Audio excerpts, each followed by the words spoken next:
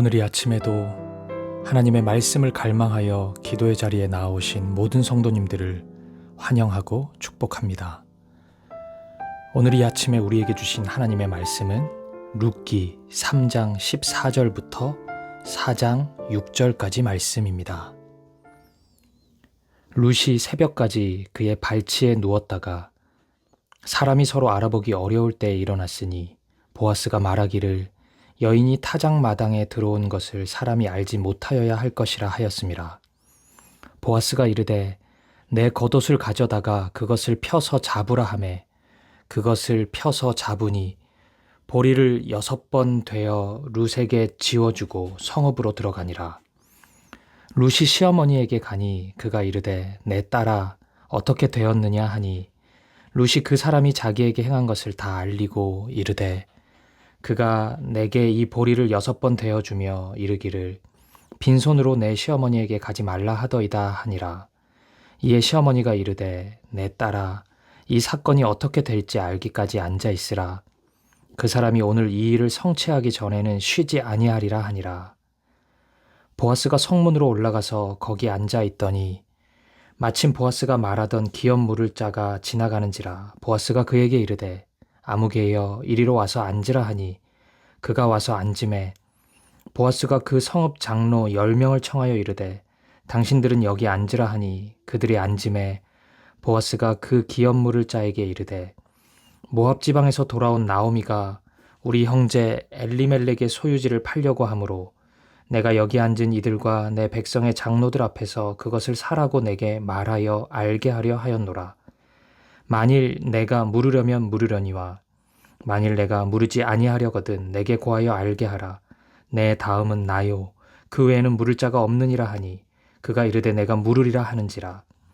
보아스가 이르되 내가 나오미의 손에서 그 밭을 사는 날에 곧 죽은 자의 아내 모압 여인 룻에게서 사서 그 죽은 자의 기업을 그의 이름으로 세워야 할지니라 하니 그 기업 물을 자가 이르되 나는 내 기업에 손해가 있을까 하여 나를 위하여 물으지 못하노니 내가 물을 것을 내가 물으라. 나는 물으지 못하겠느라 하는지라. 아멘. 오늘 본문은 룻기의 첫 시작과 비교해 볼 때 확연히 달라진 분위기를 보여줍니다. 아무것도 소망할 수 없었던 룻과 나오미가 이제는 하나님의 일하심을 한없이 기대하고 소망하고 있기 때문입니다. 3장의 마지막 절인 18절을 읽어보겠습니다. 이에 시어머니가 이르되 내 딸아 이 사건이 어떻게 될지 알기까지 앉아 있으라. 그 사람이 오늘 이 일을 성취하기 전에는 쉬지 아니하리라 하니라. 이 구절은 보아스의 책임지는 사랑을 신뢰하는 나오미의 고백이지만 실은 보아스를 통해 보여지는 하나님의 사랑을 기대하고 소망하는 신앙 고백이기도 합니다.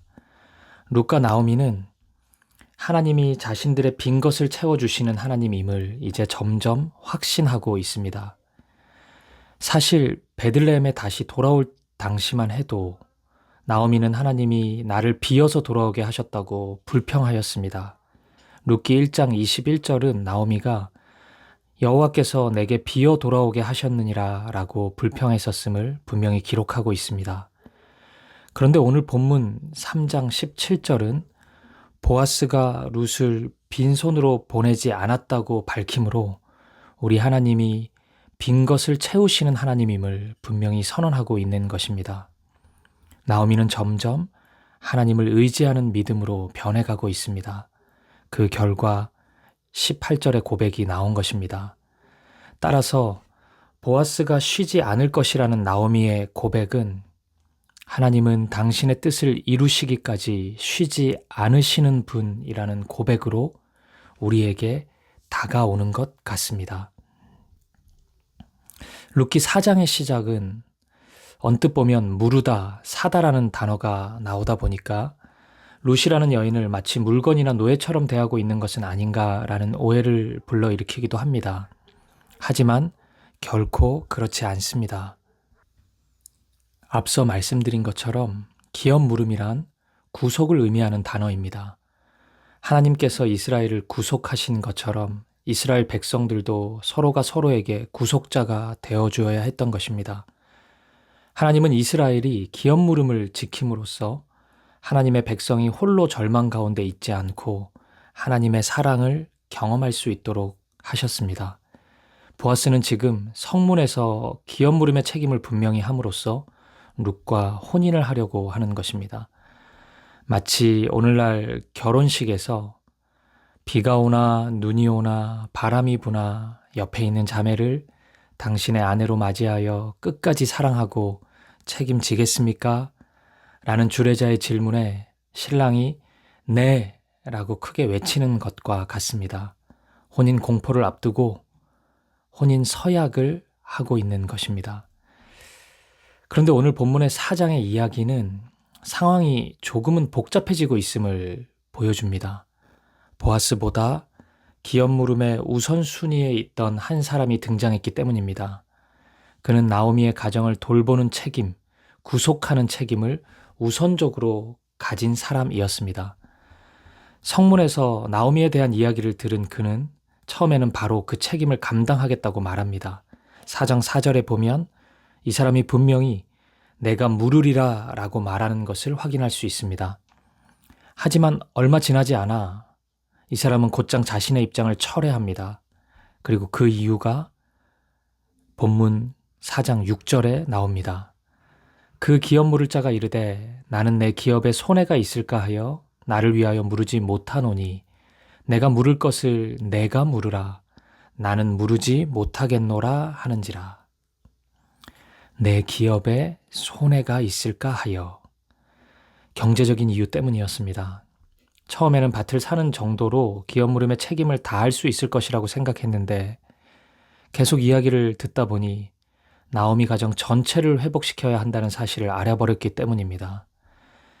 이제 이 사람이 어떤 사람인지가 너무나 분명해졌습니다. 이 사람은 철저한 손익계산서에 따라 움직이는 사람이었던 것입니다. 첫 번째 제안이었던 나오미가 소유한 엘리멜렉의 땅을 사는 것은 자신에게 괜찮은 그림이었을 것입니다. 땅 회복만 시켜주면 땅에서 나오는 양식을 나오미 가정에 조금 나눠준 후 나머지는 자신이 모두 가질 수 있었기 때문입니다. 더군다나 나오미가 죽으면 그 땅이 자신의 것이 될 수 있었기 때문에 전혀 손해보는 장사가 아니라고 생각했을 것입니다. 하지만 두 번째 제안인 집안 전체를 회복시켜주는 것은 전혀 다른 문제였습니다. 경제적인 관점에서 손해가 너무 큰 일이었기 때문입니다. 그 결과 이 사람은 이 일에서 발을 빼기로 결정하였습니다. 여러분, 어떻게 보이십니까? 경제 논리로만 보면 그럴 수 있다고 생각이 들기도 합니다. 이 사람의 재산도 그냥 생긴 것이 아닐 텐데 손해를 감수하면서까지 무조건 기업 물음을 책임지라고 강요하는 것은 너무 큰 헌신을 요구하는 것일 수도 있지 않습니까? 그런데 여러분, 하나님의 마음은 다릅니다. 오늘 본문 속 하나님은 마치 너는 왜 하나님의 일을 할 수 있는 그 기회를 그런 식으로 스스로 걷어차버렸느냐라고 책망하는 것처럼 보입니다.